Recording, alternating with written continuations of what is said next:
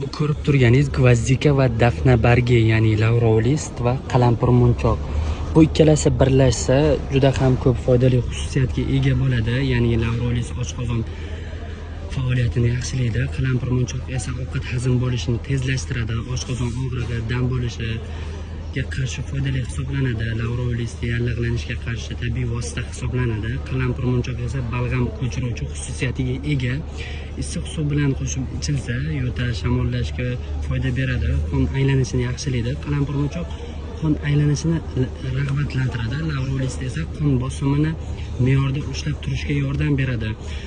Lavrolist siydik haydovchi xususiyatga ega, bu orqali tanadan toksinlarni chiqaradi. Qalampir munchoq moddalar almashuvi, ya'ni metabolizmni tezlashtiradi.